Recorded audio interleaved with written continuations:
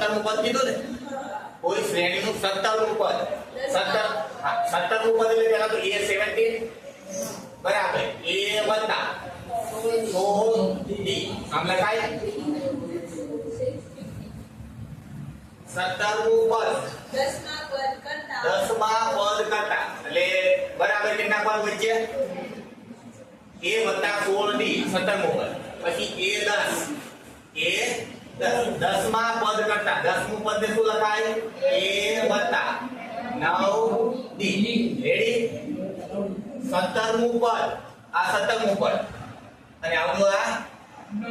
નહીં 10મું પદ 10મું પદ 17મું પદ 10મા પદ કરતા કેવું છે કીધું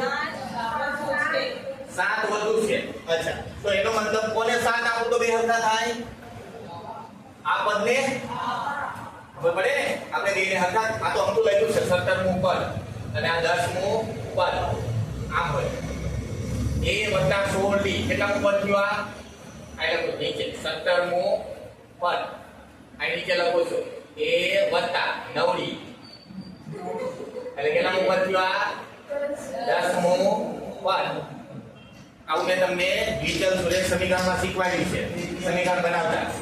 દ્વિચલ સુરેખ સમીકરણ યુગ્મ આવું જ્યારે પૂછાય આના કરતા વધારે છે આના કરતા ઓછું છે આના કરતા આટલા ઘણું છે કે આટલામાં આટલા ઉમેરવાથી આમ થાય છે તેમ થાય છે ફલાણું થાય છે ટુકડું થાય છે લેખું થાય છે તો ત્યારે શું કરવા તો હવે આ 17મું પદ વધારે છે અને બે વચ્ચે બરાબર મૂકી દીધા મારે બે હલકા કરવા છે કાં તો આમાંથી 7 બાદ કરું બે રસ્તા છે મારી પાસે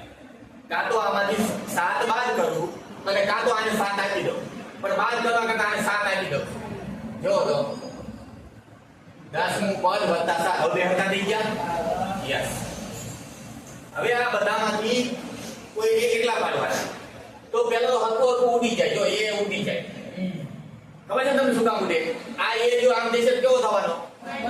આવડો પ્લસ રહેવાનો પ્લસ માઈનસ એટલે ઉડી જાય હવે ડી બધા એક બાજુ લઈ લે હવે માટે શું બચ્યું 16d માઈનસ આ 9d અને એના બરાબર કેટલા બચ્યા 7 રેડી 16d માંથી 9d જાય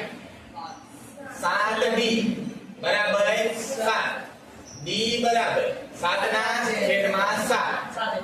7 * 7 એટલે d બરાબર કેટલા મળ્યા 1